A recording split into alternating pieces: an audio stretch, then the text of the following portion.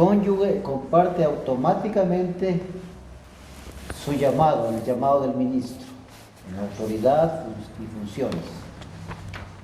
Eso queremos preguntarle al que está aquí a mi lado, el pastor Angelito, aprovechando que está a mi lado, a que conteste esta pregunta a la luz de las Escrituras.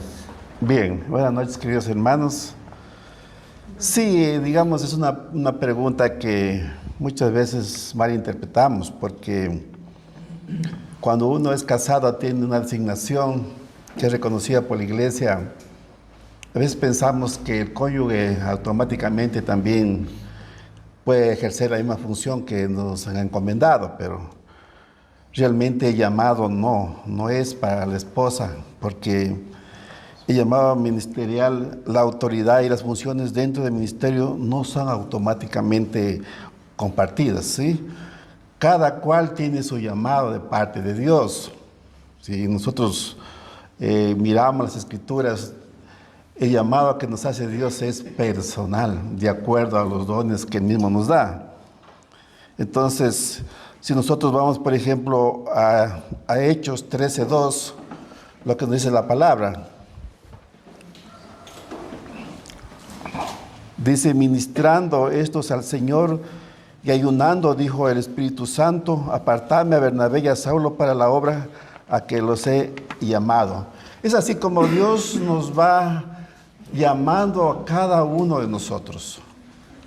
Entonces muchas veces piensan que, por ejemplo, alguien es reconocido como pastor, automáticamente la esposa es copastora, cosa que no es así. O sea, no interpretemos eso.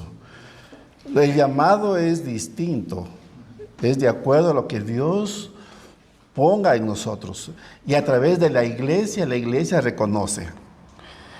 Si nosotros vamos también a Timoteo, por ejemplo, para reconocer lo que es ancianos, obispos, igualmente, cada cual tiene que tener sus requisitos que la misma Biblia nos pide. Entonces, para que dar más claridad de que el llamado es como el matrimonio, como decimos, automáticamente pasa a ser por lo que somos una sola carne, no es así, ¿sí? Es totalmente distinto, diferente para cada uno.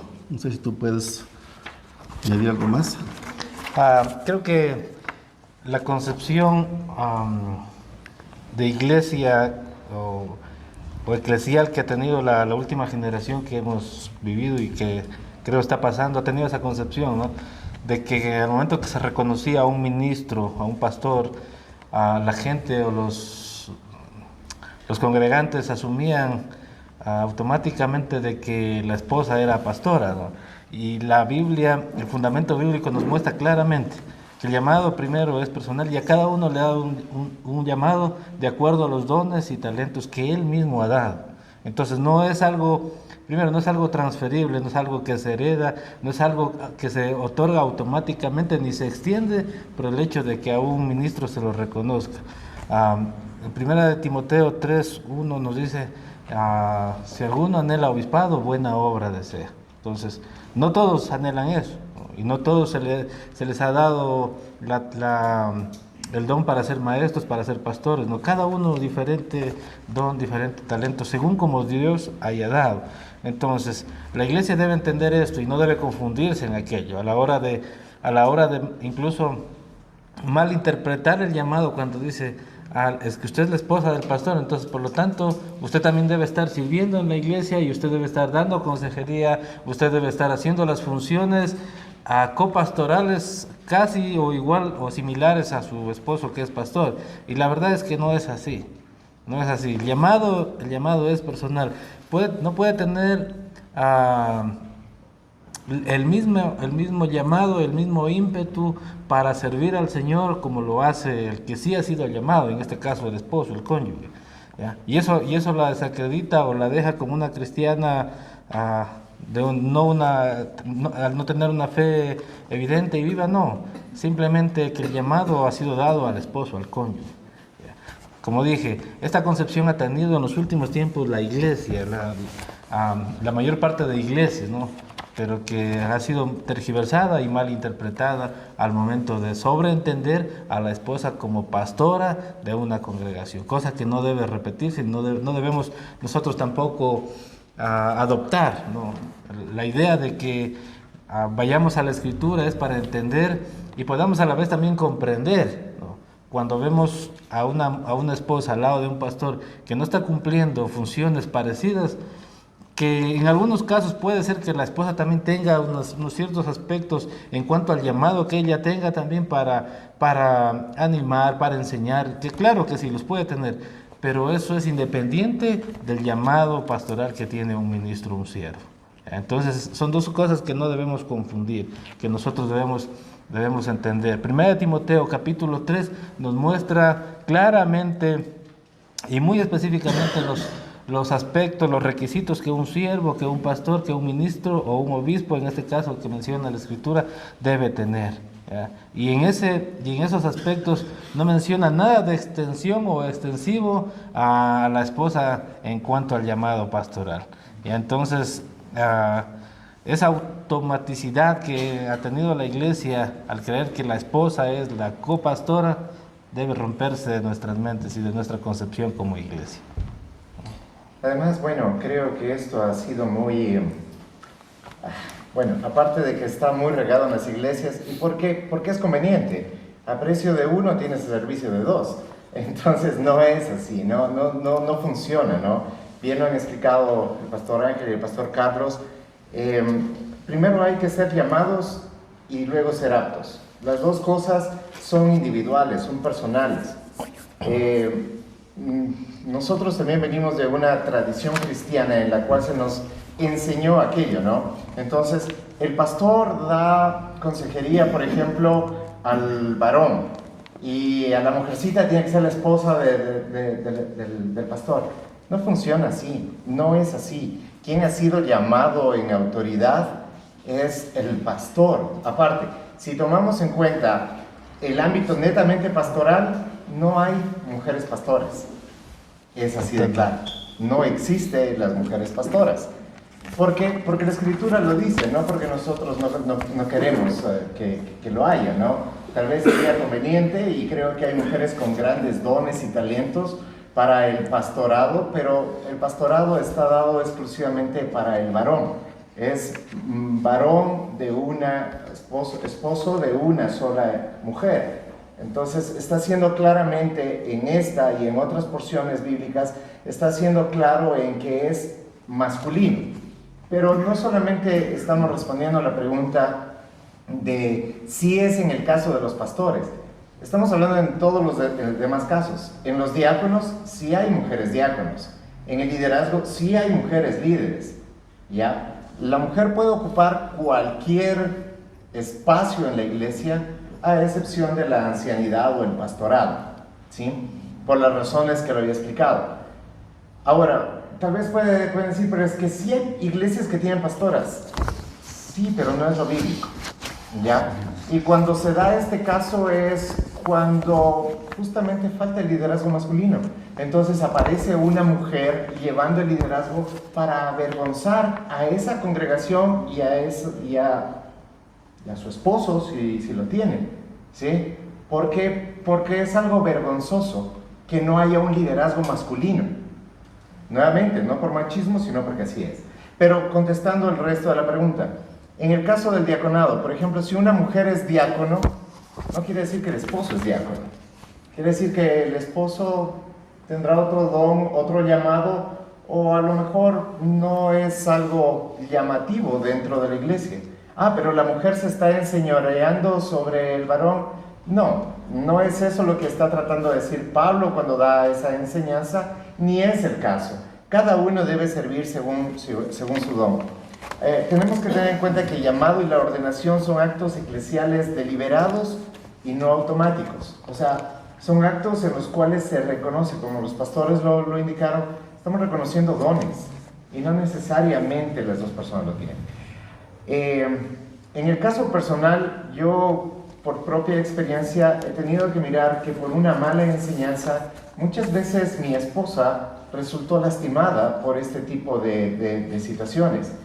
poniéndosele cargas que ella no debía llevar, que no estaba llamada a llevar, ¿sí? No estamos diciendo, entonces puede ser cualquier persona, o sea, el cónyuge puede comportarse como sea. No, en el llamado, sí, obviamente, estamos hablando de pastores, la esposa debe ser una mujer virtuosa. ¿Pero acaso no todas las mujeres están llamadas a ser mujeres virtuosas? Entonces, esa es la idea, ¿no? Pero generalmente pensamos, no, la esposa del pastor de ley es la líder del grupo de mujeres.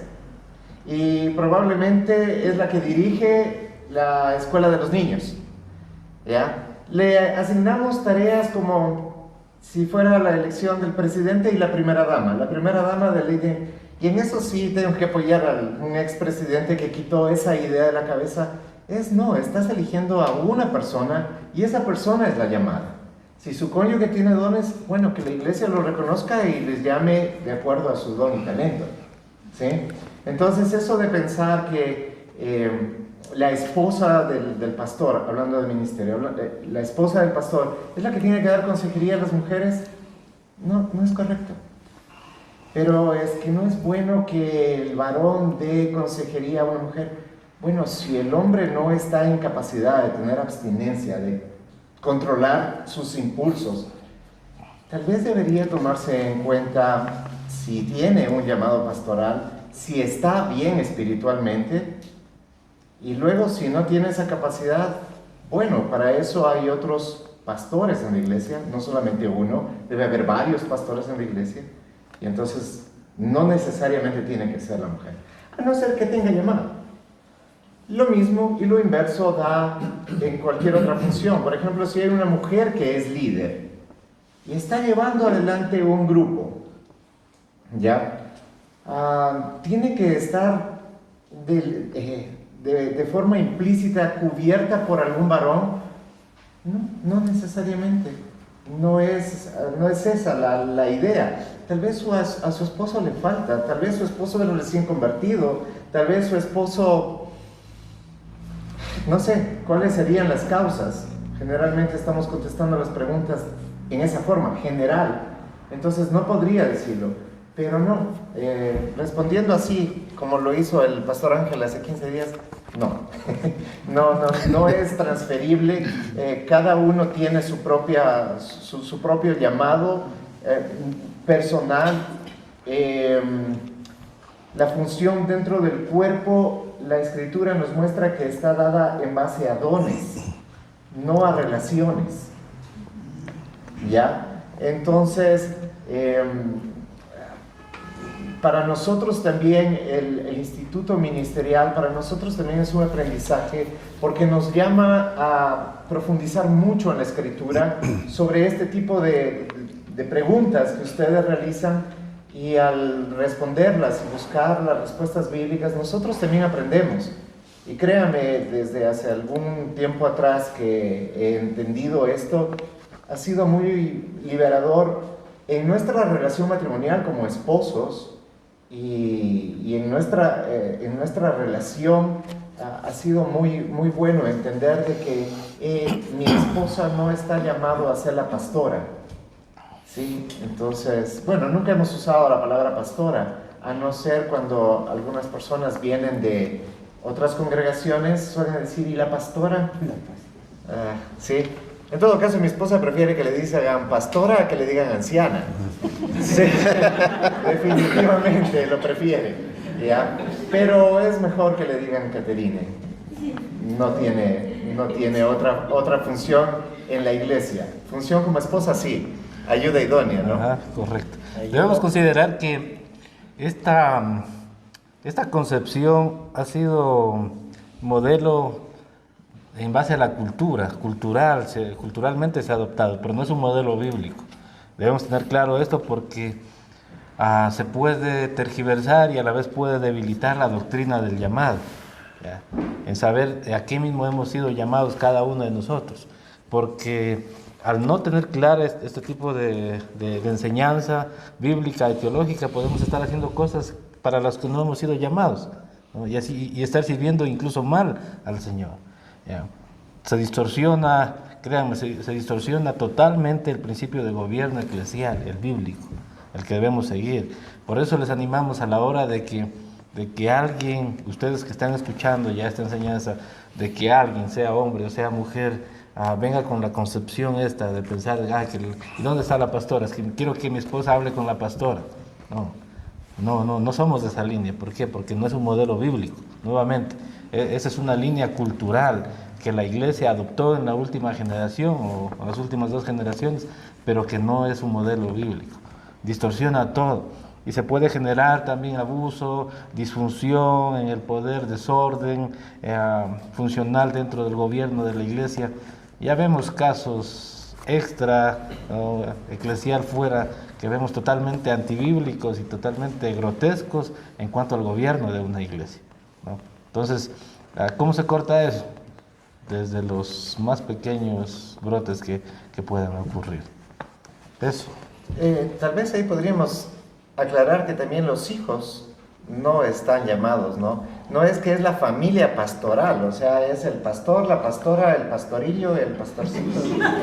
O sea, Pastorcito. no, el pastorcillo, no funciona así. A veces se dice, pero su hijo no está cantando, porque ya se espera, ¿no? En la cultura que hemos crecido se espera que el hijo del pastor ya esté cantando, o sea, el líder de jóvenes, o sea, y no. Si es su llamado, qué bendición, pero es porque es su llamado personal, más no porque hay una herencia de títulos, ¿ya? No lo hay. Yo creo que para cualquiera de los pastores sería un orgullo tener a un hijo que siga nuestros pasos, pero si termina siendo un abogado, un ingeniero, bueno, que sea un buen hijo de Dios en lo que quiera que haga. Pero no es necesariamente estás atado a la iglesia y encadenado a la iglesia a que sirvas ahí. Podríamos contribuir en gran manera a la usurpación de funciones dentro de la iglesia, y no es algo que no está bien, ¿no? Como dijo el pastor Juan Diego, anhelamos, es nuestro más grande deseo al ser siervos y ministros de Dios, que uno de nuestros hijos lo hiciera de la misma forma que nosotros, pero es su relación con Cristo la que determinará a qué ha sido llamado cada uno de ellos. Ahora, eso no deslinda a todos los creyentes, incluyendo los pastores y congregantes, asistentes o miembros, de que cada uno de nosotros tenemos una responsabilidad en cuanto a cómo guiar y a cómo enseñar dentro de nuestras casas. Obviamente, no estamos diciendo que tampoco nuestros hijos están por ahí y no tenemos control de aquello, o no estamos preocupándonos, o no estamos trabajando en aquello, no, para nada. Cuidado, vayamos a ir al otro polo y entender de mala manera también esta enseñanza, ¿no? Lo que estamos tratando de enseñar es que la iglesia tiene esta concepción cultural, ha tenido o ha adoptado esta concepción cultural, que como uno es pastor, la esposa es la pastora y los hijos sí tienen que de ley estar sirviendo en cualquiera de los ministerios, y si no sirven, chulos, ¿en qué estarán? ¿Qué pasará con ellos? Entonces, son cosas que debemos ir rompiendo y entendiendo bien cómo es el gobierno eclesial. Hay un gobierno de 3 ancianos, un gobierno que es reconocido bíblicamente, impuesto en base a todos los requisitos que se exige en cuanto a la Biblia, y eso, nosotros preocupados y claro, tratando del 100% de que la Biblia sea aquella que esté en supremacía de todo lo que se haga dentro de la congregación. El problema a veces viene cuando nosotros decimos es que cuando nos casamos somos una sola carne. Entonces automáticamente dice la esposa pasa a cumplir las mismas funciones que el esposo. Es verdad, en cuanto a la unión conyugal, sí somos una sola carne, pero ya hablando ya en la función ministerial, en nuestra vocación, son 2 cosas diferentes ya. No, en la Biblia no habla de eso. Si por ejemplo una esposa de pastor dice yo soy pastora, está usurpando funciones y está yéndose en contra de la doctrina. Entonces la doctrina se está adulterando y eso no puede ser. Porque obviamente hay iglesias que sí tienen pastoras, pero lamentablemente eso no es bíblico, eso debemos entender. Tal vez porque, no sé, no tuvieron una buena enseñanza, a lo mejor, no sé yo, pero sí pasa eso en algunos lugares. Gracias a Dios aquí no lo hacemos. No hay pastora Carmita. No, para nada. Anciana, tampoco. Ya dormiste en el sillón. Aparte de ayuda idónea, creo la esposita de Juan Diego y de Carlos, creo son también maestras. Eso ocupan, ese es el cargo que ocupan ellas. Aquí se viene una pregunta, bueno, encierra tres a la vez. ¿O tienen alguna duda sobre la pregunta ya desarrollada, tal vez alguien? ¿Tiene alguna inquietud? Allá. A ver, por ahí hay. Al no ser, digamos, ya eso entendemos que no es pastora, porque después pastora ya no está pastora. Y ahora entonces que me voy y me siento ahí y no puedo hacer nada. O sí puedo llevarme con la iglesia, ser amiga, saludar, sentarme, tomar un café, ser amistosa. Todos me conocen que soy amistosa, que soy, me llevo, o sea, que soy amiga. Que me siento ahí, Sí, puedo contestar. no puedo hacer nada y ya no puedo porque no me da risa para no. A ver, nuevamente, acabé de decir al final de mi disertación, no debemos irnos al otro extremo, ¿no? El rol de la mujer dentro de la iglesia es extremadamente valioso, ¿no? Es súper valioso. Es más, en conversaciones con mi esposa, cuando hablamos, dice, no, es que a mí enseñar de la Biblia no me gusta porque yo me confundo. Nuevamente, son funciones delegadas, primero, y establecidas por Dios en los dones que a cada uno nos ha dado. Entonces, al ser que al varón ha llamado al gobierno eclesial, a la mujer también le ha llamado al servicio y debe identificar a qué ha sido llamado. Acabó de decir Carlos Bravo, mi esposa está sirviendo como maestra de kids y esa es una labor valiosa, claro que sí, está instruyendo y está enseñando a los niños de aquellos padres que asisten a la iglesia y que están creciendo juntamente con nosotros, compartiendo la enseñanza bíblica que nosotros mismos supervisamos y autorizamos para que sea dada a los chicos, a los niños. Entonces ahora, decir que una mujer porque no tiene el mismo reconocimiento como pastor, va y se sienta y simplemente es un adorno porque así lo haría ver. No se trata de esa forma. Si tiene la capacidad de enseñar, si tiene la capacidad de animar, incluso de predicar la palabra, hágalo. Además de eso quisiera acotar, lo que estamos hablando es acerca de la posición de autoridad en la iglesia. No estamos hablando acerca del comportamiento cristiano, que es lo que usted acaba de describir, Clarita.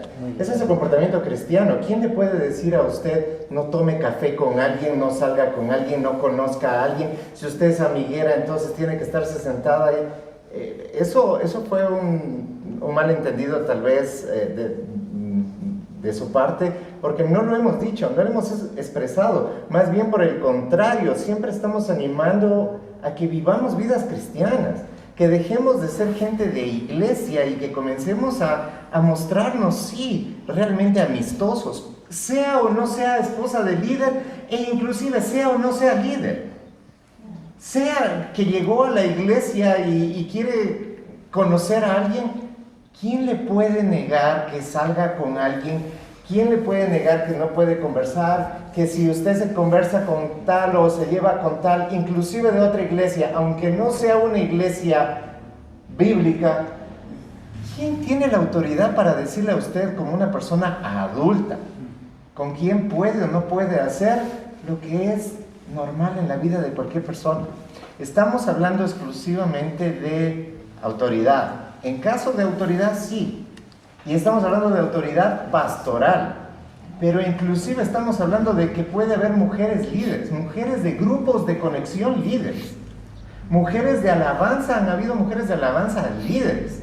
Y están liderando sobre hombres. ¿Y cuál es el problema? Eso no quita que pueda salir a tomar un café con quien quiera, y es más, cuando quieran inviten, yo no tengo inconveniente. Sí, eso para que quede bien claro. No nos limitemos, jamás. No hay nada prohibido. Lo que los pastores tenemos es una autoridad eclesiástica. No tenemos autoridad para decirle a la gente, y tal vez estamos olvidándonos de la pregunta, pero no tenemos autoridad para decirle a la gente, compra un carro de tal color, compra esto, vende esta casa o véndemela a mí porque el Espíritu Santo me dijo que me tenías que vender a mí. No, eso es corrupción, eso es ladrocinio. Esa gente debería huir de si tienen un pastor de esa forma.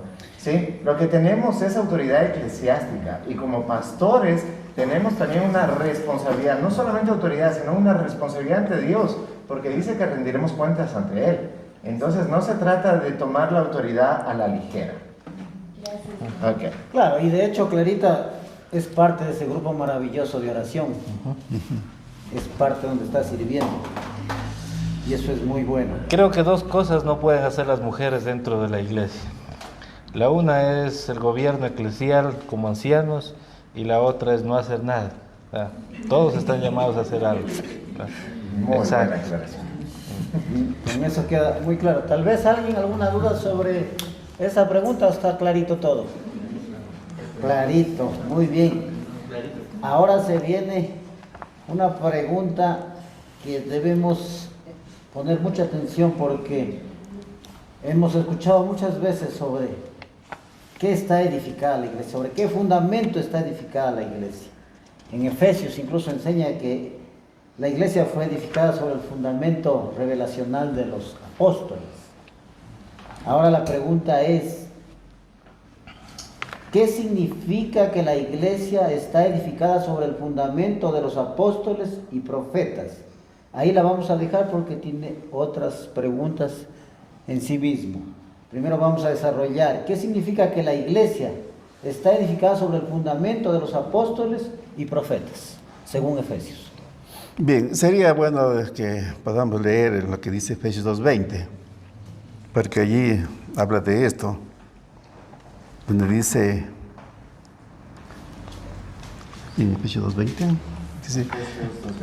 dice, declara que la iglesia está edificada sobre el fundamento de los apóstoles y profetas. Pongan mucha atención en este orden. Primero dice apóstoles y profetas, siendo la principal piedra del ángulo Jesucristo mismo. Entonces, cuando habla de qué significa que la iglesia está edificada sobre el fundamento de los apóstoles, significa que la iglesia se rige bajo la doctrina y la enseñanza de los apóstoles y profetas. Ahora, algunos piensan que la iglesia ha sido edificada con los profetas del Antiguo Testamento. Si nosotros analizamos bien todo esto, Pablo está hablando que la iglesia ha sido edificada bajo los fundamentos de los apóstoles y profetas del Nuevo Testamento. ¿Por qué? Porque ellos fueron quienes recibieron la revelación del Espíritu Santo para que se escriba toda esta enseñanza que tenemos hoy, ¿sí? Algunas personas piensan que Pablo está hablando de los profetas del Antiguo Testamento. No, está hablando de los profetas del Nuevo Testamento. Entonces, que de pronto salga esa duda de que a lo mejor está hablando del Antiguo Testamento. No, toda la revelación fue dada a los profetas y a los apóstoles del Nuevo Testamento. ¿Sí?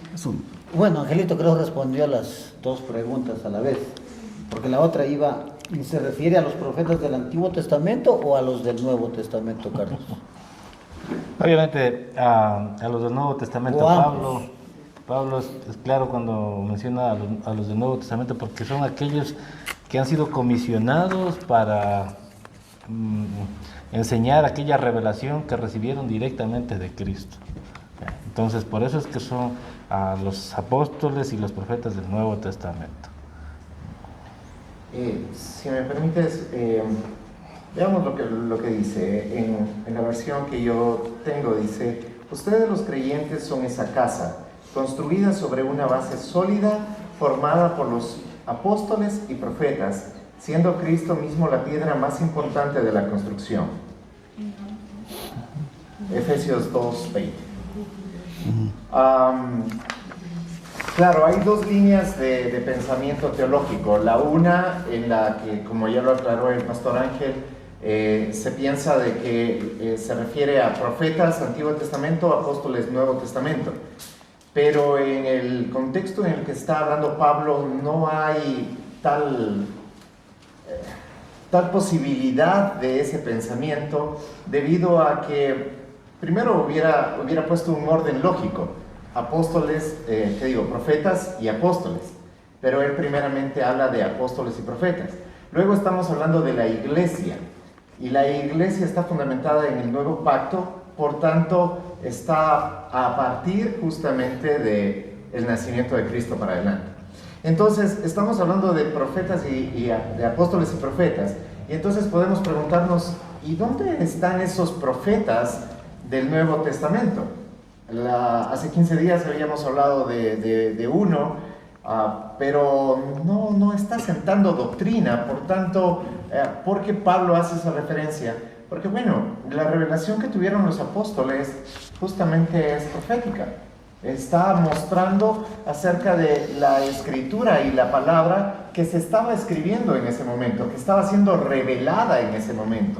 Entonces, cuando está hablando de estos profetas, apóstoles y profetas en el Nuevo Testamento, no hace referencia a cómo era el llamado profético en el antiguo pacto, en el cual hablaban de parte de Dios en un caso específico y con un mensaje específico hacia cierto pueblo, ¿ya? En este caso, lo que se está trayendo, y no estoy diciendo que los apóstoles también todos eran profetas, no, estoy diciendo que esa es la forma en la que se construyó el Nuevo Testamento.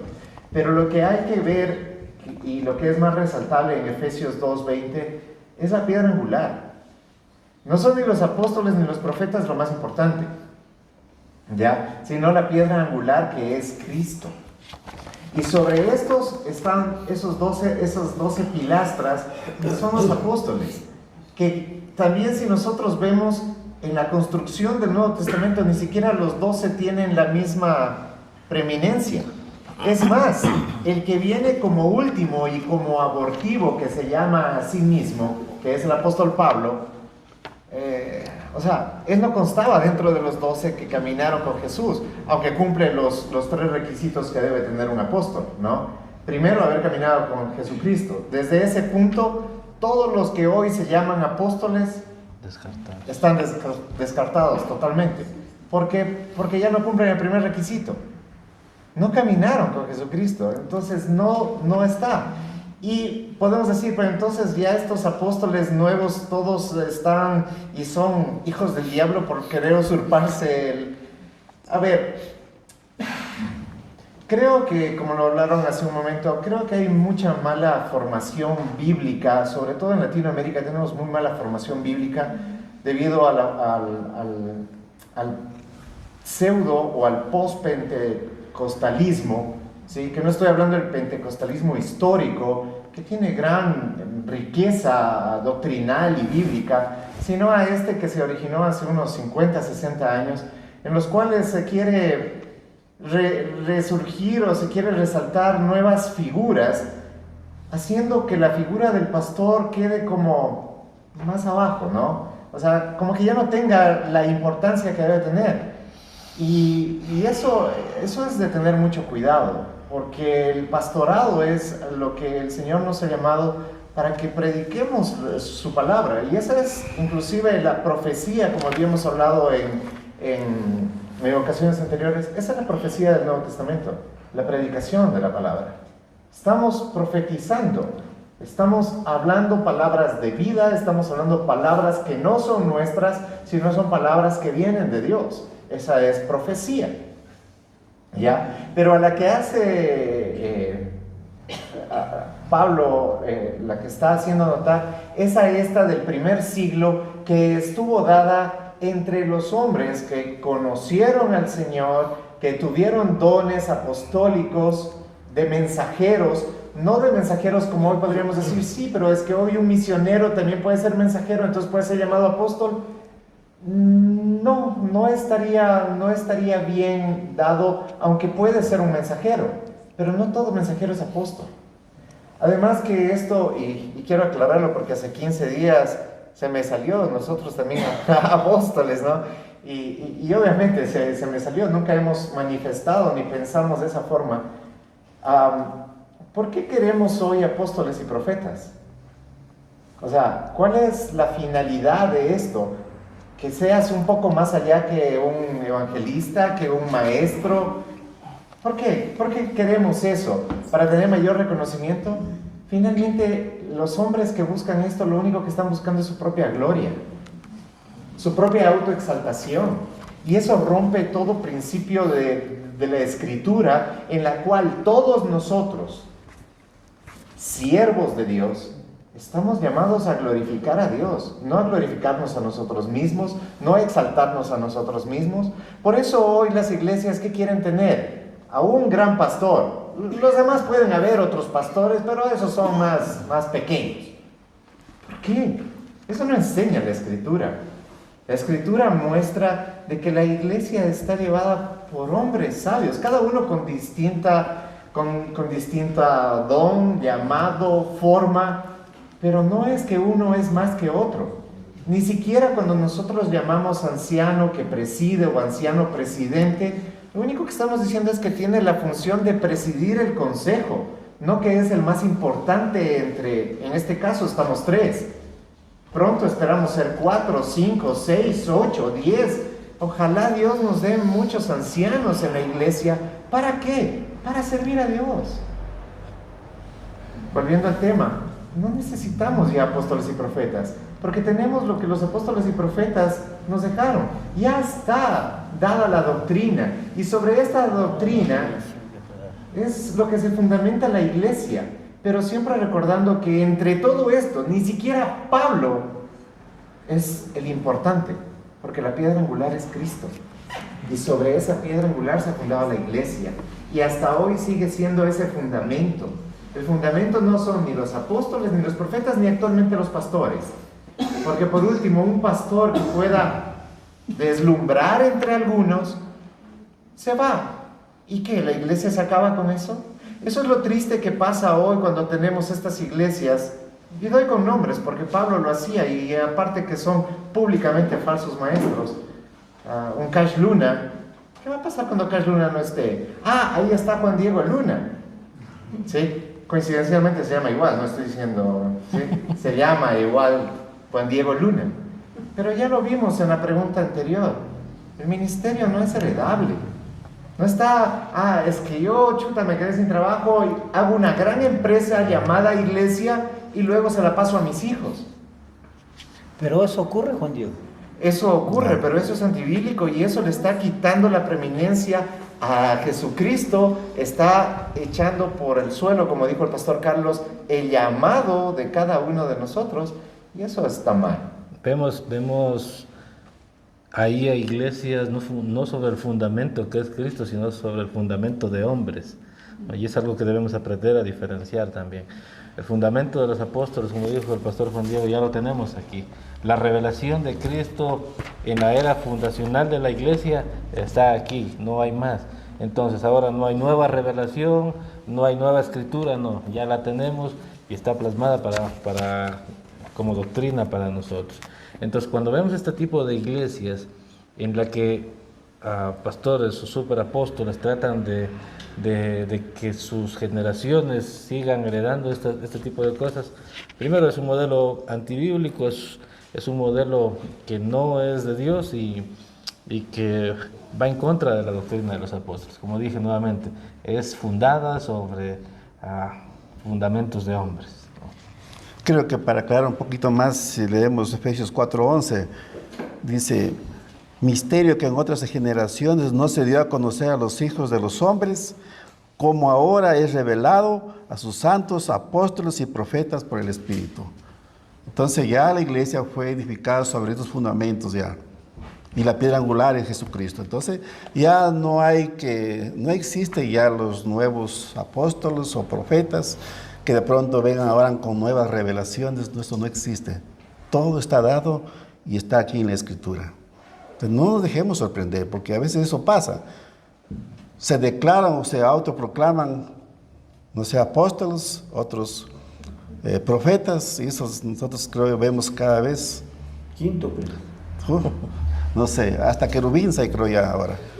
Entonces, tengamos mucho cuidado, queridos hermanos. Aunque los apóstoles y profetas jugaron un papel muy importante, un rol clave, Cristo sigue siendo la piedra angular. ¿Eso queda claro para todos o tiene alguien alguna Si duda? nota en la escritura, ellos mismos están siendo, ellos son utilizados para el fundamento que es el Evangelio de Cristo, pero ellos mismos son beneficiados de esto. ¿Ya? Entonces no son ellos los que benefician a la iglesia, sino que ellos son beneficiados de esta revelación en la era fundacional de la iglesia. Son utilizados para que la doctrina se plasme y se dé en esa fundación de la iglesia, pero ellos también a la vez son beneficiados de aquella salvación que Cristo da a través de su evangelio. Entonces la pregunta, queridos pastores, era, ¿qué significa que la iglesia está edificada sobre el fundamento de los apóstoles y profetas? Así, concreto. Tendríamos que analizar la palabra fundamento, ¿no? ¿Qué quiere decir aquí fundamento? Quiere decir revelación divina. Entonces, al hablar de revelación divina, quedamos en que fue en el primer siglo, fue para un grupo de personas escogidas, y que hoy ya no necesitamos esta revelación divina más que la revelación del Espíritu Santo para entenderlo ya revelado. ¿Sí? Pero ya no para traer una nueva revelación como alguna vez lo dijo Guillermo Maldonado. ¿Sí? Ya no necesito la Biblia porque a mí Dios me habla directamente y yo traigo nueva revelación. Eso muestra claramente a una persona que no sé si algún día estuvo en la doctrina, pero claramente hoy es un falso, según él, apóstol, ¿no? Un falso apóstol, pero yo diría más bien es un falso hijo de Dios. Claro, porque él se denomina apóstol. ¿Está claro, querida iglesia, hermanos? ¿O tienen alguna duda? Pero la Biblia sí nos alerta acerca de los falsos profetas.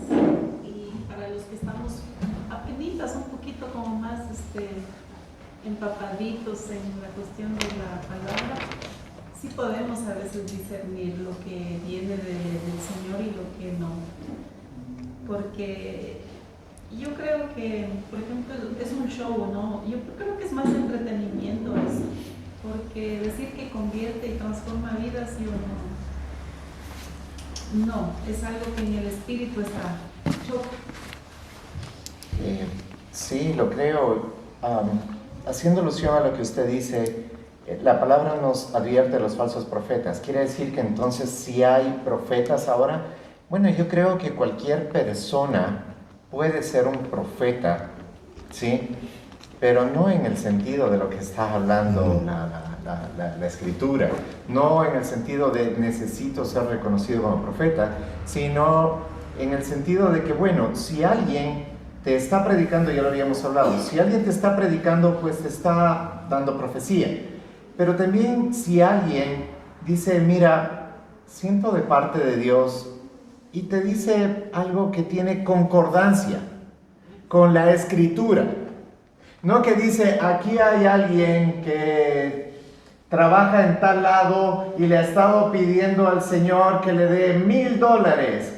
Hoy el Señor te dice, siembra 100 y yo te daré los 1,000. Ese es un ladrón. Sí, esa es la palabra correcta que se utiliza, debería utilizar.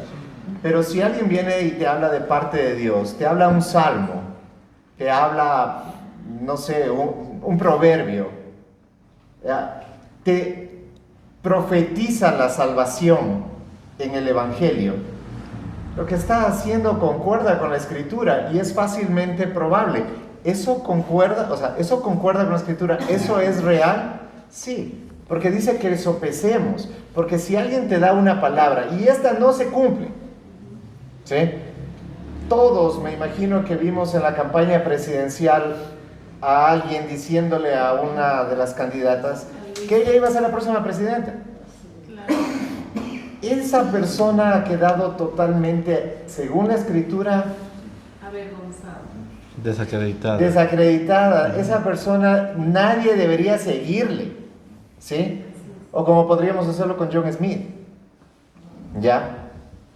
O con cualquiera de estos que ha dicho que el fin del mundo va a ser en tal año, en tal año, en tal año, en tal año, y cada vez lo van pasando. Entonces, esas sectas, claramente si leyeran la Escritura, dirían, nuestros líderes son falsos, y por tanto debemos dejarlos. Pero el problema es hacer idolatría en las personas. O sea, la idolatría no solamente... Siempre lo digo, pensamos que la idolatría está dada en las imágenes, pero cuando te haces idolatría en tus pensamientos, te haces idolatría en personas, es que esta persona, ay, es que este pastor inclusive, pues no, los pastores somos seres humanos iguales, que gracias a Dios hemos sido escogidos para un llamado santo, que debemos llevarlo con responsabilidad, pero aún podemos equivocarnos. Podemos fallar e inclusive podemos salirnos del camino. Y para eso justamente aparece la congregación, para que todos unidos mantengamos la doctrina. Todos. No es la doctrina del pastor o la doctrina de cierta iglesia. No, es la Escritura que debe abundar en todos. Y pues todos debemos, si un pastor se equivoca, y peormente si lo hace aquí adelante, y alguien con la Escritura lo nota, debe acercarse en amor, no a decirle, ah, pastor, mire, usted se equivocó, usted está equivocado, está descalificado. No, pero sí en amor hay que acercarse y decirle. Pero hay muchos pastores que no, usted tiene que hacerme caso a mí porque yo soy, o la teología traspasada que tenemos. Así me enseñaron, así es. Nadie dice así es la Escritura, así dice la Escritura. Así me dijo mi pastor. Así me dijo Juan Diego. Imagínate. Esa teología. Esa teología no está bien. Qué bien, hermanos. Justamente ahora que estamos compartiendo sobre el matrimonio, se viene una pregunta, creo, bien interesante y que nos debe llamar la atención a todos, porque es algo que la mayoría pienso que no tienen muy claro este tema. Dios dice que sobre el matrimonio es un pacto sagrado e inviolable, establecido por Dios. Y si es así, tengo aquí dos preguntas en una sola, que dice, ¿qué enseña la Escritura respecto al matrimonio, el divorcio y las nuevas nupcias?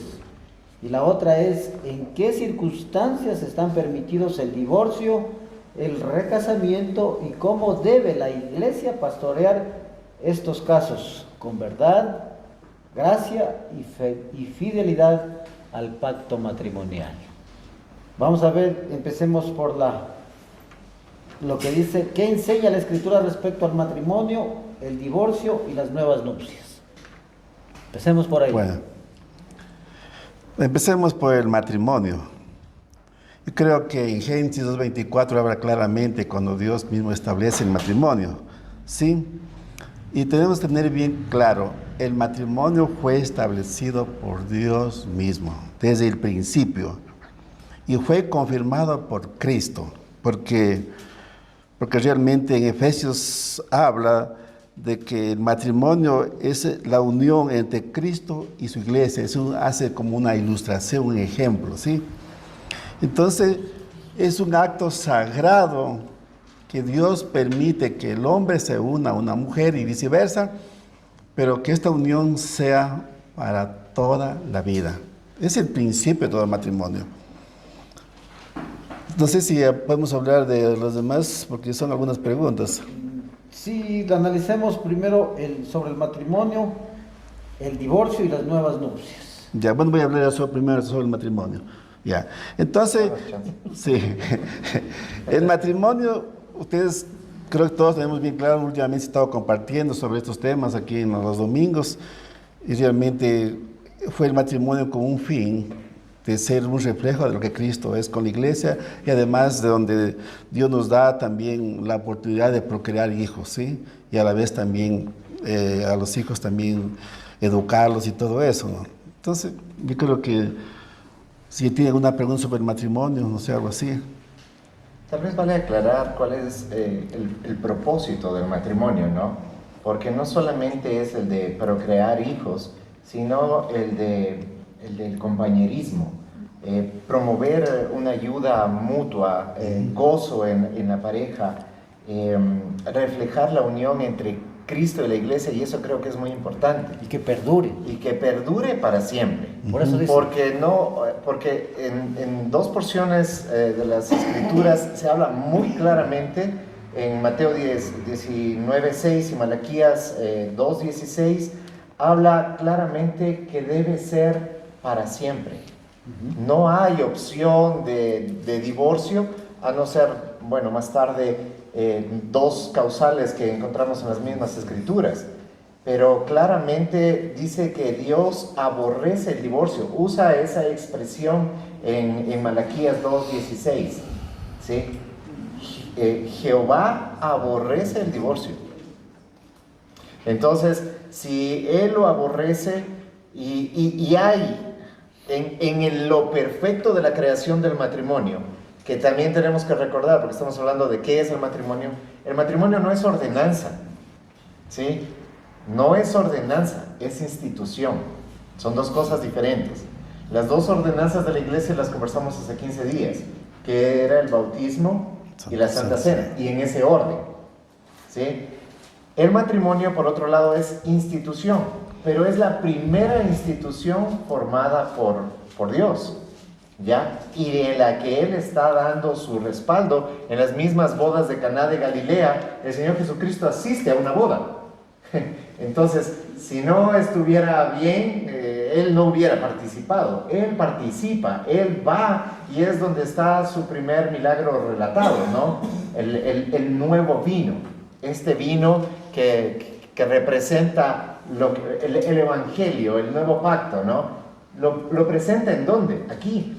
Y no solamente eso, sino que es en una representación del matrimonio, porque la Biblia no es un libro de matrimonio, pero sí muestra el matrimonio entre Cristo y su iglesia. Y está hablando del novio y de la novia.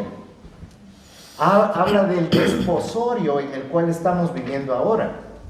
Alguna vez lo enseñaba en una predicación lo que es el desposorio, y que para nuestra cultura no lo entendemos, porque tal vez podríamos decir es algo parecido al noviazgo, ¿no? Pero el desposorio es algo mucho más profundo, en el cual, sin aún haberse celebrado una ceremonia, ¿sí?, ya el hecho de estar comprometido el uno con el otro es lo que había pasado entre José y María. Ellos estaban desposados, no estaban casados, ¿ya? Y él, el relato bíblico dice que él pensó dejarla en secreto. ¿Por qué? Porque si la dejaba públicamente, lo que le correspondía según la ley era ser apedreada.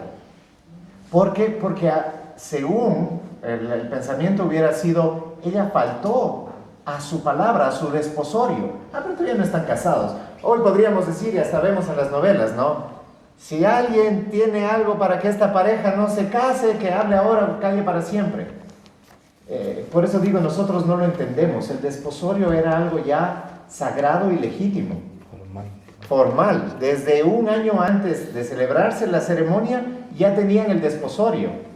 Y es más, en el desposorio no convivían, no se veían, no es que salían al cine ni cosas por el estilo. No. El desposorio era, ya están separados el uno para el otro. El esposo anda, trabaja, haz lo que tienes que hacer, prepárate para el matrimonio. Tu mujer anda y prepárate para el matrimonio. No es que vamos a conocernos, a ver si esto funciona y después nos casamos.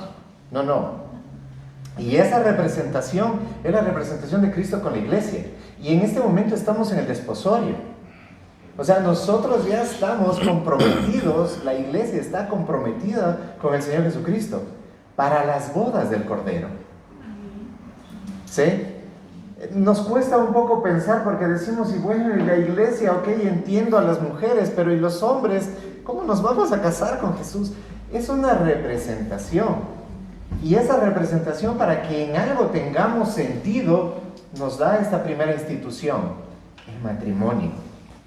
y para que nosotros aprendamos a guardar un pacto sagrado, santo, puro. Eso es el matrimonio. Entonces es para siempre. Ya se habló sobre el matrimonio y ya el sábado, el domingo, el pastor Carlos incluso inició con el matrimonio, con el tema del matrimonio. Ahora veamos. Creo que para sellar nada más este punto, es de mucha relevancia el matrimonio. Si lo instituyó Dios, o sea, imagínense lo importante que debe ser para el ser humano el matrimonio. Entonces, cualquier ruptura, hermanos, que suceda en cuanto al matrimonio, no es fracaso de Dios, sucede por la dureza del corazón del hombre. Entonces, a la hora de entender los diferentes aspectos y analizar los diferentes casos que suceden en cuanto a las separaciones, divorcios, pero, o sea, nace o parte desde ese punto, de la dureza del corazón del hombre. No es fracaso de Dios. Incluso el adulterio llega por la dureza del corazón del hombre. Exacto. Correcto. Entonces, ahí, ¿quién se puede divorciar? ¿Quién se quiere divorciar ahora? Nadie. Amén. El divorcio y las nuevas nupcias, ¿cómo entran en la vida cristiana? ¿Cómo los ubicamos ahí? Este punto es súper complicado, es un punto súper delicado a la vez, que no debe tomarse a la ligera, ¿no? Y que la iglesia debe entenderlo y entenderlo de una manera sabia, con entendimiento en cuanto a lo que Dios primero quiere. Malaquías 2:16 dice que Jehová aborrece el divorcio. Entonces, partiendo desde ese punto, la legitimidad del divorcio, no a nivel jurídico, hermanos, no a nivel jurídico, sino que a nivel espiritual, conforme la Biblia lo menciona, en un mundo caído como en el que vivimos, la Escritura sí reconoce dos circunstancias específicas, ¿ya? Una, ¿cuál es? El adulterio, ¿no? Que siempre se ha mencionado. ¿Y qué es el adulterio? Es esa inmoralidad sexual grave, el hecho de estar con otra persona que no sea su cónyuge, ¿no? Entonces, Mateo 5:32, la enseñanza la da Cristo mismo, dice: cualquiera que repudia a su mujer, dice, salvo por causa de fornicación, hace que ella adultere. Entonces, el adulterio, ¿qué constituye? Una violación al pacto matrimonial. Si no hay, miren, noten esas características, si no hay arrepentimiento genuino y no hay restauración, el cónyuge inocente tiene o queda libre para divorciarse y para volver a casarse sin incurrir en pecado. Difícil llegar a esas instancias, ¿no es cierto? Complicadísimo. Entonces, la iglesia debe ser muy entendida en lo que hablamos anteriormente con respecto al matrimonio.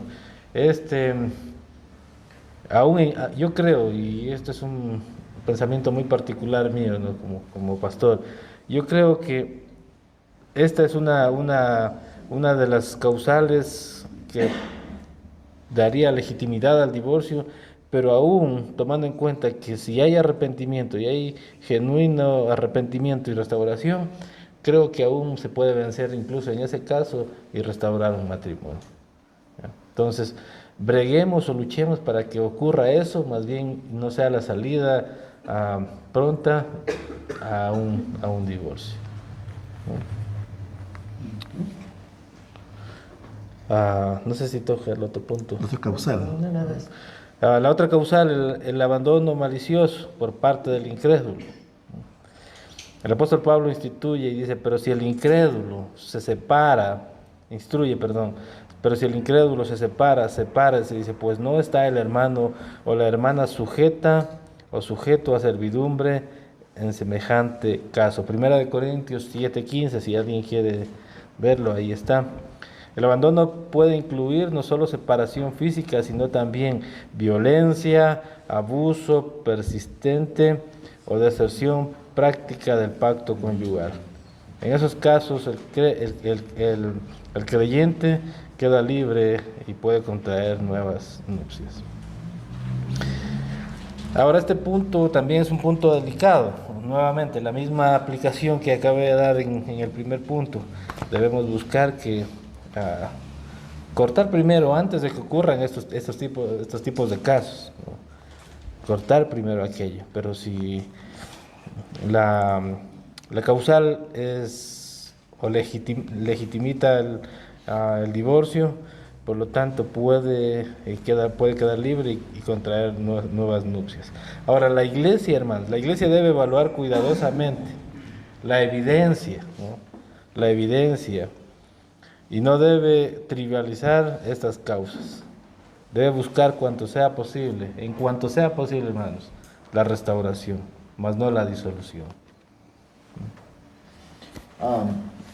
Le preguntaron al Señor Jesús por qué mandó Moisés dar carta de divorcio, ¿no es cierto? Esto está justamente en Deuteronomio 24:1. Dice: si un hombre toma a una mujer, se casa con ella y luego no le gusta, porque la descubre haciendo algo detestable, podrá echarla de su casa, si él le escribe un certificado de divorcio.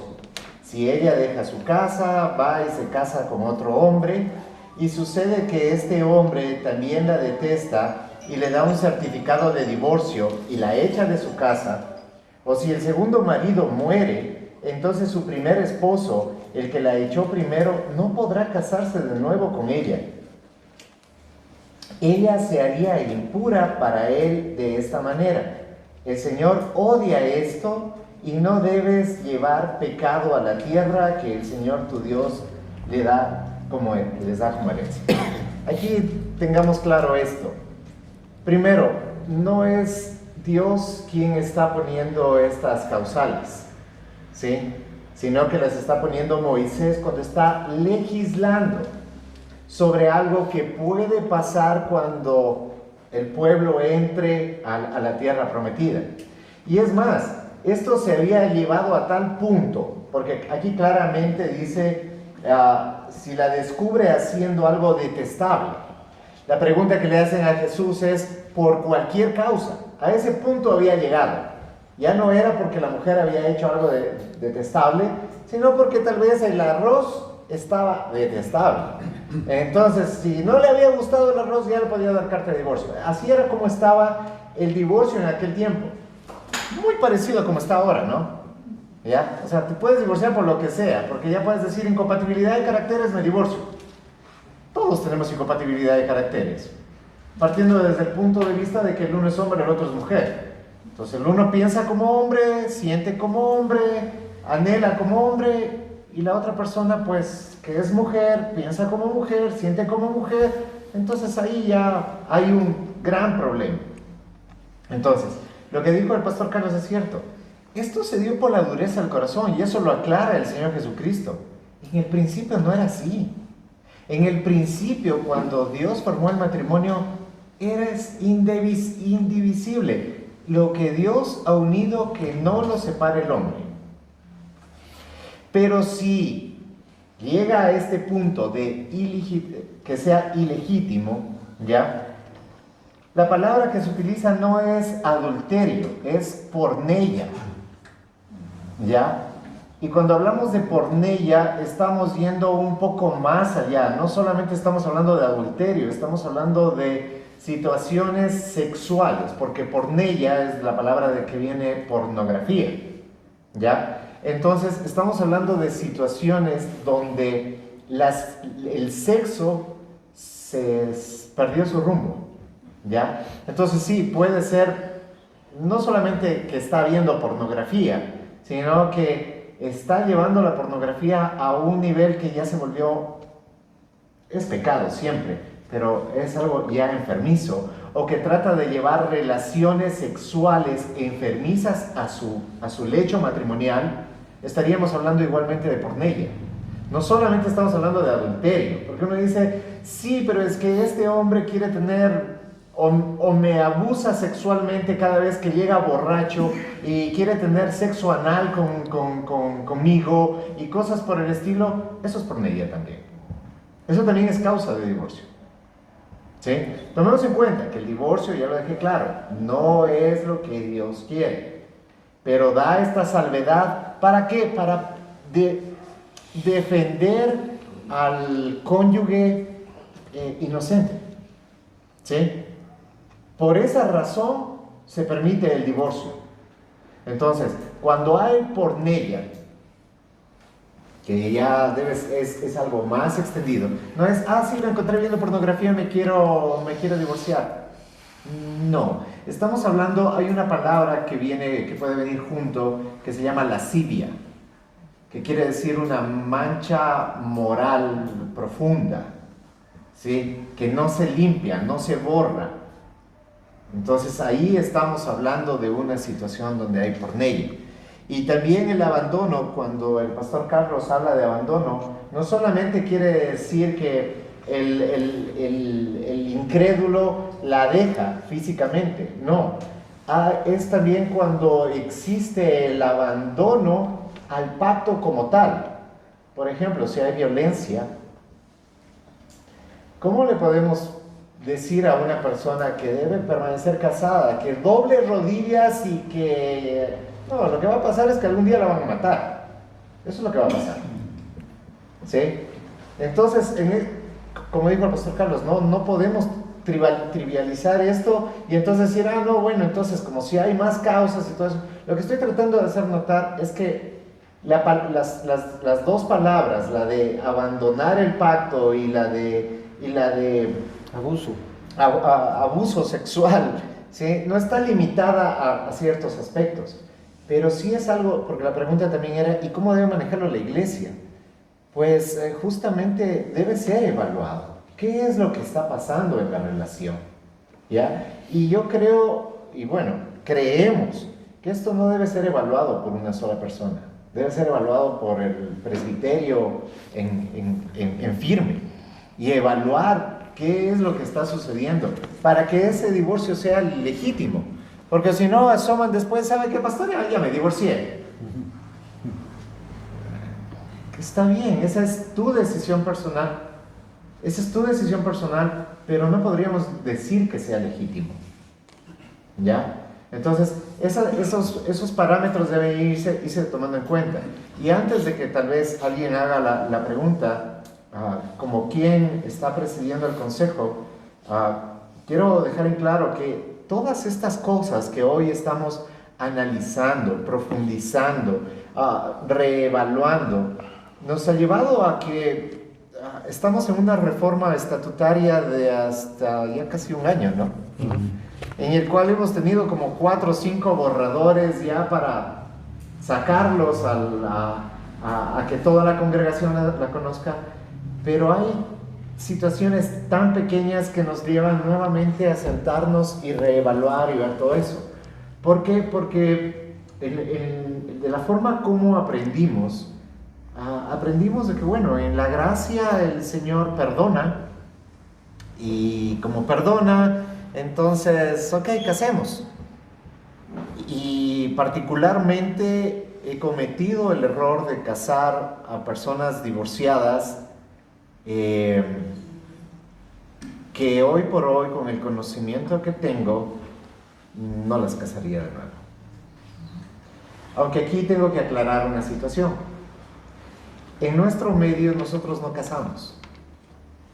Entonces hay esa salvedad por la cual no me siento tan mal para irles a decir a esas parejas, no, están casadas. Sí, en nuestro medio, ¿quién casa es el registro civil? Frente a eso nosotros no podemos hacer nada.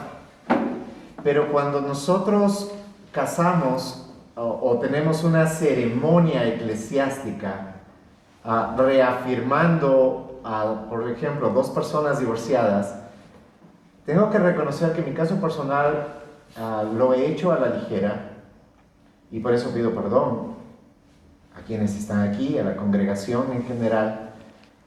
Pido perdón por haberlo hecho es algo que hoy el Consejo lo ha analizado y nunca más se tomará este tipo de decisiones anciano por anciano. Se tomarán las decisiones en Consejo y será el Consejo quien asumirá si se toma una posición o no. Aunque claramente se ha tomado ya una resolución que no casaremos bajo ningún concepto al cónyuge infractor, ¿sí? Al cónyuge víctima, a quien sufrió abuso o a quien no fue el adúltero, quien no estuvo en pornella. Bueno, las escrituras lo dicen y no podríamos ir más allá como lo hacen tal vez los romanistas, de decir no. Que hasta cierto punto podríamos pensarlo, tal vez es la forma de darle al matrimonio el valor que realmente debe tener. Pero cuando el mismo Señor Jesucristo dice, a no ser por esta causa, y Él mismo legisla, porque Él es Dios mismo legislando y dice, esta pues es una causa legítima, entonces podemos decir, ok, casamos o vamos a tener una ceremonia eclesiástica, sería lo mejor dicho, vamos a tener una ceremonia eclesiástica, pero con el cónyuge que no fue el infractor. ¿El infractor puede volverse a casar en el registro civil? No hay ningún problema. ¿Es válido? Es válido. ¿Lo vamos a tener aquí como inmundo? No estamos diciendo eso. Lo que estamos diciendo es que no lo volveremos a hacer, y si lo hicimos anteriormente y tal vez hay un caso que ustedes iban a decir, pero ¿y cómo es? Pido perdón. En particular pido perdón porque he sido quien ha estado presidiendo y tal vez he tenido un poco de ligereza en no darle a esta institución sagrada el valor que debe tener. Qué bueno, qué buena la explicación, Me pastor. parece que había una pregunta. Yo quería...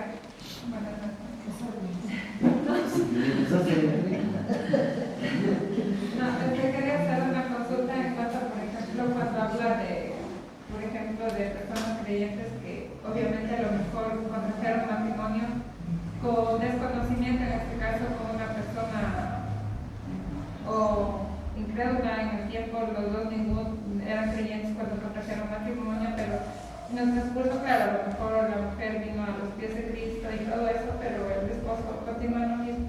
Pero, por ejemplo, ¿qué pasa con los noviazgos? En este caso, cuando sea hombre o sea mujer cristiano y se va con un yugo desigual. Sí, que busca, por ejemplo, el varón una novia que no es creyente y la mujer un varón que no es creyente. Por ejemplo, ahí lo aceptarían, o cómo se ve a los ojos de Dios, porque prácticamente nosotros con conocimiento sabemos que dice la palabra del Señor. En este caso, si nosotros nos damos el yugo desigual, pues vamos a esperar consecuencias graves. Entonces, si aún conociendo eso, la persona lo hace, estaría bien a los ojos de Dios que, sabiendo lo que hacía, dijera, no, ahora ya no quiero, me voy a divorciar. Creo que usted mismo se respondió, pero está bien. Entonces la respuesta sería, como dijo el pastor Ángel, no. Es obvio, ¿no? Bueno, sí, a ver, si se casan de esa manera, ¿qué quiere decir? ¿Que quedan excomulgados de la iglesia? No hablaríamos de eso, pero creo que hoy por hoy no haríamos una ceremonia eclesiástica como tal, ¿no?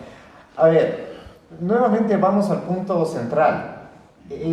Esta pregunta se aplica más cuando, por ejemplo, estamos hablando de Norteamérica, donde sí los pastores tienen autoridad legal para casar. Nosotros no tenemos autoridad para casar. Nosotros lo que estamos haciendo es llevar una ceremonia, pero igualmente es una ceremonia de testigos.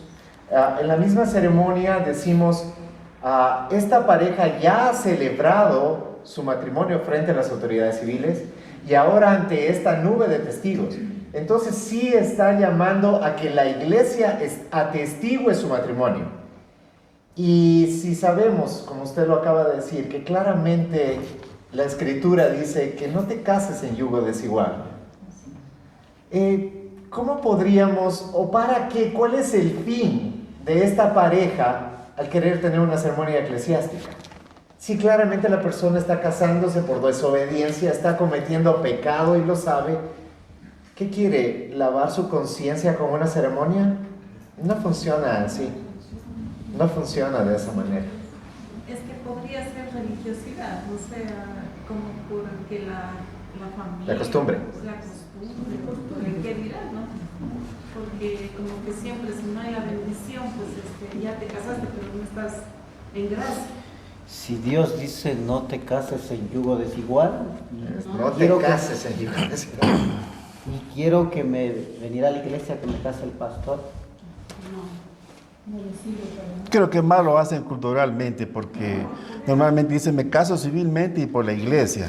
Entonces quiere cumplir esos dos requisitos, pero realmente, como ya dijo el pastor Juan Diego, nosotros no casamos, el que casa es el rito civil, pero sí podemos celebrar una ceremonia que es más o menos como para bendecir la unión. Y eso es lo que podemos hacer. Ahora, lo demás, si ellos toman la decisión, a lo mejor si están en yugo desigual, de casarse, ya nosotros no somos culpables en ese aspecto. Pero no avalaría, en nuestro caso muy particular como iglesia, no avalaríamos aquel. No celebraríamos una celebración religiosa sabiendo el caso particular en el que están, porque obviamente acabamos de hablar y esta normativa que estamos ahora nosotros reformando, instituyendo en los estatutos, es con el fin de mejorar y de a la vez la iglesia también sea más consciente, sea más madura incluso en lo que hace. Entonces, ¿cómo podríamos avalar nosotros como ancianos? En el caso, llega el caso al consejo, mira, hay este matrimonio que quiere que nosotros celebremos la ceremonia cristiana, vamos a evaluar, y si no es procedente, no lo vamos a casar, imagínense nosotros, sabiendo que está mal, y vamos ahí como ancianos, que decimos predicar la doctrina de Cristo, el fundamento de los apóstoles, y avalando algo que se sabe que no está bien. Entonces, ¿cómo quedamos? ¿Qué mismo? ¿No? Tengo una consulta por más curiosidad y no perder la oportunidad. Se hablaba de que qué papel cumple la iglesia para el tema de divorcio, por ejemplo. Pero también qué papel cumple la iglesia tal vez en el proceso del matrimonio y el compromiso. Digo, y tomando 4 ejemplos de amigos cercanos, donde a través de coerción llegan a unir en ocasiones a 2 personas con la idea de formar tal vez que los líderes se unan, que ni sé cuánto se unan, que todos se unan, que Dios los ha mandado a unir. Y personalmente yo conozco 3 matrimonios que no duraron ni siquiera 3 años juntos y yo digo, ¿quién se hace responsable de eso? Porque tal vez ellos no tenían toda la culpa del relajo. Entonces ahí es mi duda, ¿qué papel tiene la iglesia en este proceso? Quiero ser muy cauto en lo que voy a decir, pero puede ser delicado. No quisiera deslindar la primera responsabilidad en ellos mismos. Nuevamente nace de la ignorancia de la escritura. Primero, el cristiano, y acabamos de decir hace un momento que el cristiano dentro de esta congregación tiene la posibilidad, miren, qué abierto está a esto, de que si nosotros nos equivocamos al predicar en algo, alguno de ustedes tenga la confianza de venir y decir, mire pastor, yo creo que aquí usted se confundió y se equivocó, no es así. Entonces, ¿cuánto más en algo tan importante y tan delicado como el matrimonio? Entonces, claro, ellos tendrán responsabilidad delante de Dios, toda la que ellos, el Señor les vaya a echar. Pero ellos también tienen su responsabilidad al dejarse manipular y al dejarse inducir en algo que, si sabiendo que no es correcto lo hacen, también tienen su culpa. Entonces, claro, delante de Dios van a tener totalmente responsabilidad estos ministros al hacer aquello, al manipular, como lo hacen otros manipulando, al exigir diezmos y cuotas, pero también está la responsabilidad en aquellos que se someten a esas autoridades. Claro. Hay que tomar en cuenta que el desconocimiento de la ley no te exime de la responsabilidad. ¿Sí? Entiendo la pregunta porque yo también lo he visto más de una vez y sí, sé y entiendo la coerción que puede haber, la manipulación e inclusive el Señor me dijo que ustedes 2 deben casarse. ¿Sí? Y como dice el pastor Carlos, sin duda voy a ir por lo más ligero. Sin duda, esos pastores Me cuesta llamarlos pastores. Pastores por la función, no por el llamado. Esos pastores van a tener que rendirle cuentas a Dios y eso va a ser terrible, terrible. Mejor les fuera atarse una piedra de molino al cuello y echarse al río. ¿Sí? O sea, eso dice, porque lo estás haciendo con mis pequeños. ¿Cuáles son los pequeños? Nosotros. A veces que pensamos que los niños. No, con mis pequeños, con aquellos que todavía son inmaduros. Ahora, y esta valdría hasta como pregunta para un próximo, ¿cuál es la responsabilidad de la congregación en tener que madurar?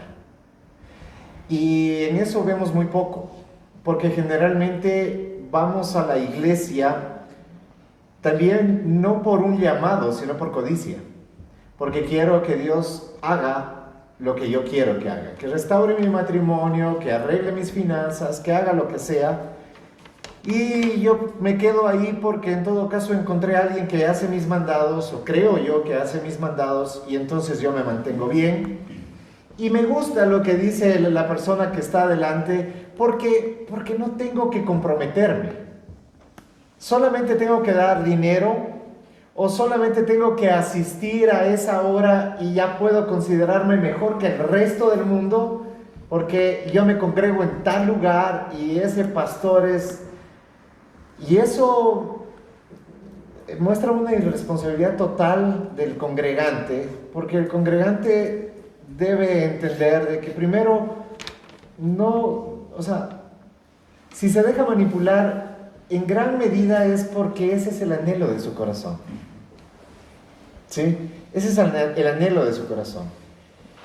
Ahora entiendo que esta manipulación ya es tipo sectaria, ¿ya? En el cual sí, ya psicológicamente inclusive te ves afectado y pierdes voluntad. Pero la congregación o el proceder, porque también hay un proceder, y esa fue la pregunta, ¿cuál sería el proceder de la iglesia? Primero, las dos personas tienen que estar de acuerdo. Ese debería ser el proceder correcto. Las dos personas deben estar de acuerdo y luego ir primeramente a sus padres. Ese es el orden correcto.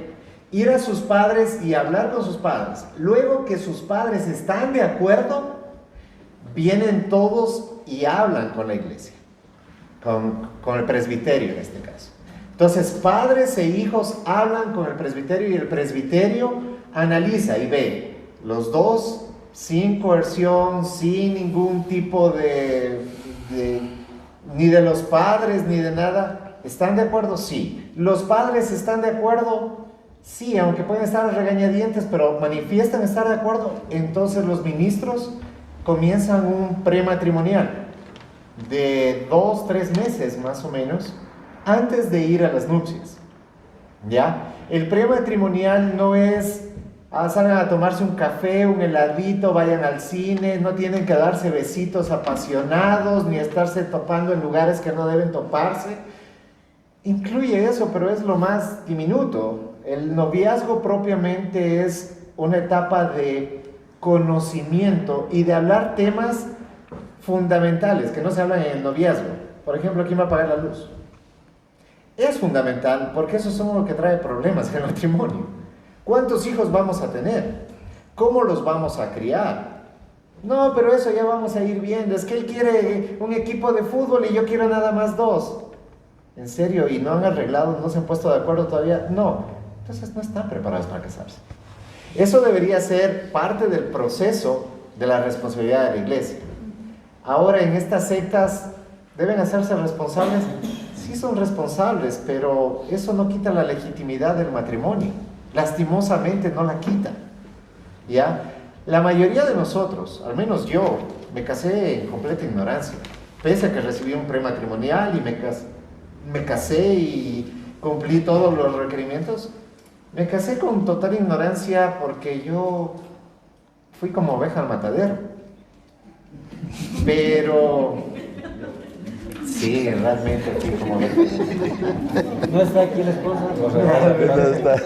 No, pero ojalá no vea la grabación. No le tiene sí. No, y ella también. Los dos fuimos en completa ignorancia.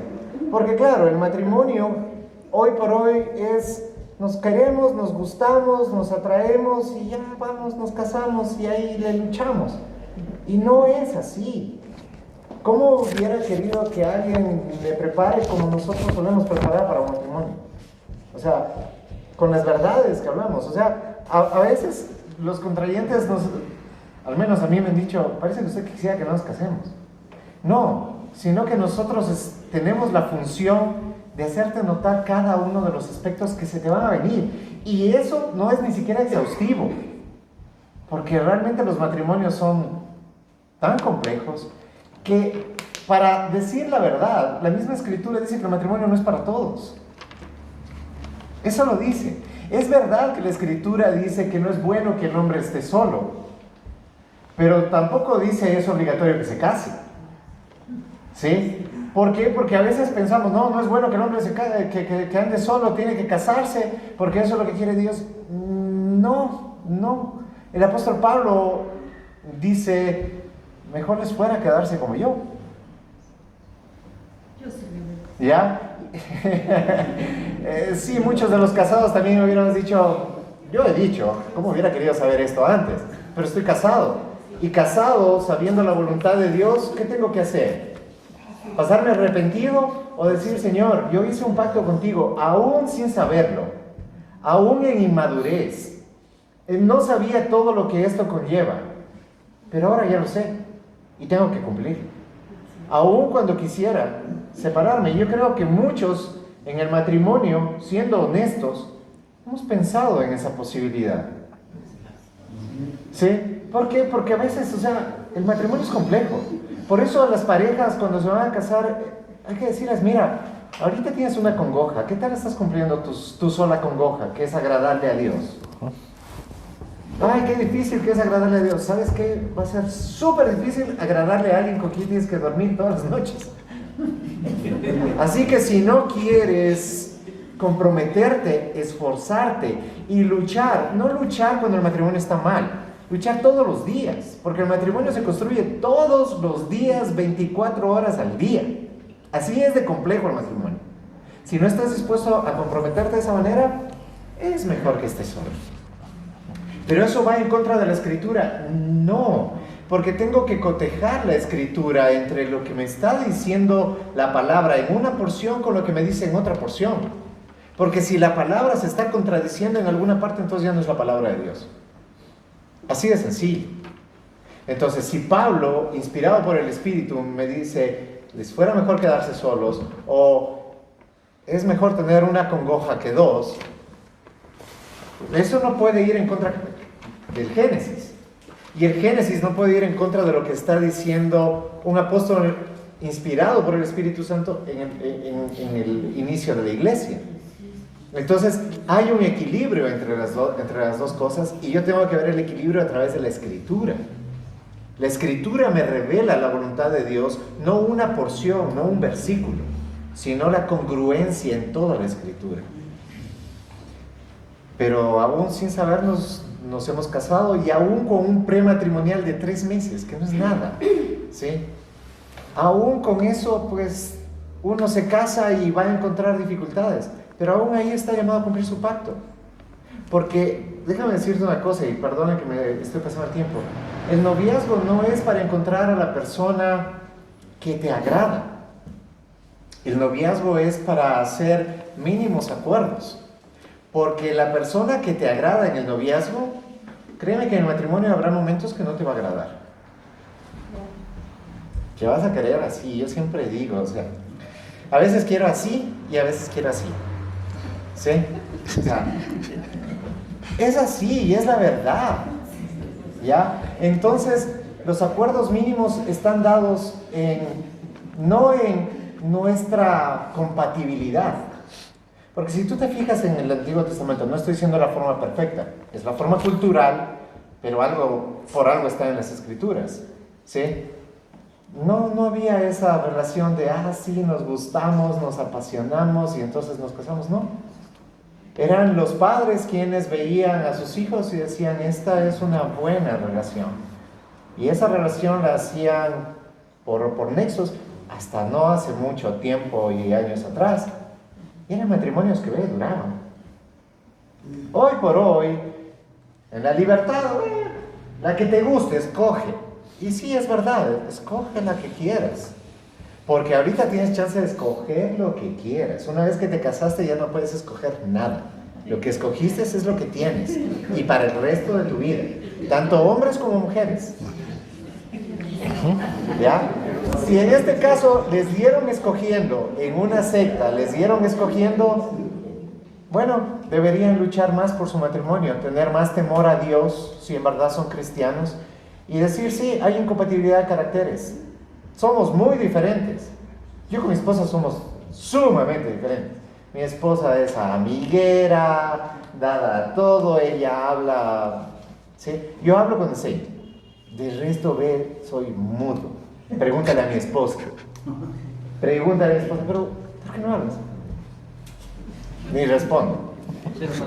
Cero palabras, porque todo se va aquí. Qué bien. ¿Contestada la pregunta? No, sí, claro. Creo que hay una corresponsabilidad ahí entre el ministro y los...